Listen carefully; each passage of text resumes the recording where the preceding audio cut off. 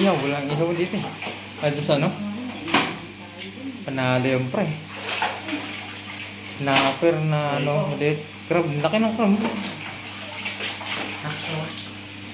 Yun oh. Grabe oh. Grabe na yung pre.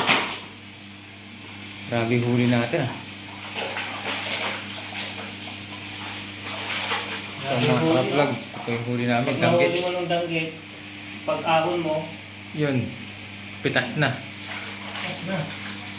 Hinuli namin mga ka-vlog. Tignan nyo. Nilinisan namin dito sa CR. Sa CR ng ano. Mas komportable kasi dito maglinis eh. Kesa sa kusina. Panalo pre. Ang dami na. Oh, boy centro. Yung isa nga, pinakawalan namin eh. Yung ano. Maganda yung danggit doon eh. Bunti. Pag ahon mo, ano na, nakadain na. Nakadain. Diba isang crab no? Ang dami niyang ano dito. Oh, yung aligi ba yun? Kasi nahawakan ko eh. Sabi ko, parang ang taba. Sabi ko kay Fred, ano ba to? Buntis? Unang huli yun eh. Parang itlog no? Ang daming itlog. Tama, ang dami natin nahuli. Kasi binalik natin yung ano eh. Yung hindi dapat eh. Itlogan. Sayang yun. Dami pag nagmisa.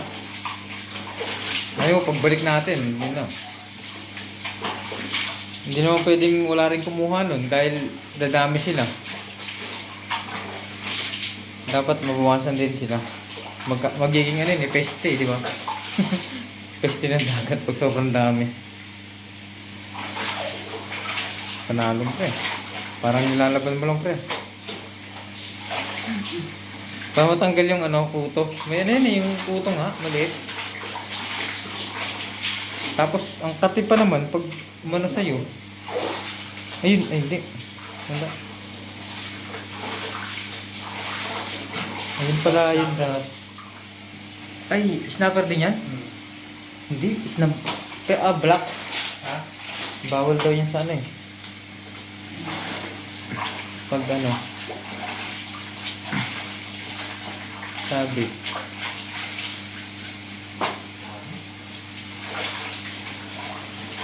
Snapper. Yan, bawal daw pag hindi minuto. Kailangan, pag hinuli, lutuin pre. Tapos kainin. Yun, dami yan ha. Panalo yan pre. Isang linggo yan pre. Meron pa nga tayong tira dun eh. Ano eh. Ang galaw-galaw. Magalaw pa siya. Isa malaki. Pinatungan ko ng isda.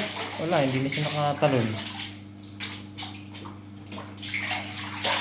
Hindi siya nakatalon. Yung huli namin, dami. Dahil na. Saka siguro mga 100 nga yun. Dami pre. Kasi puno yan eh. Kasi kalahati eh.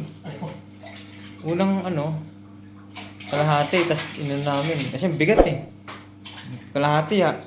Ano ka sa bato? Oo, nalaguro pre. Saan? Hindi mo sana.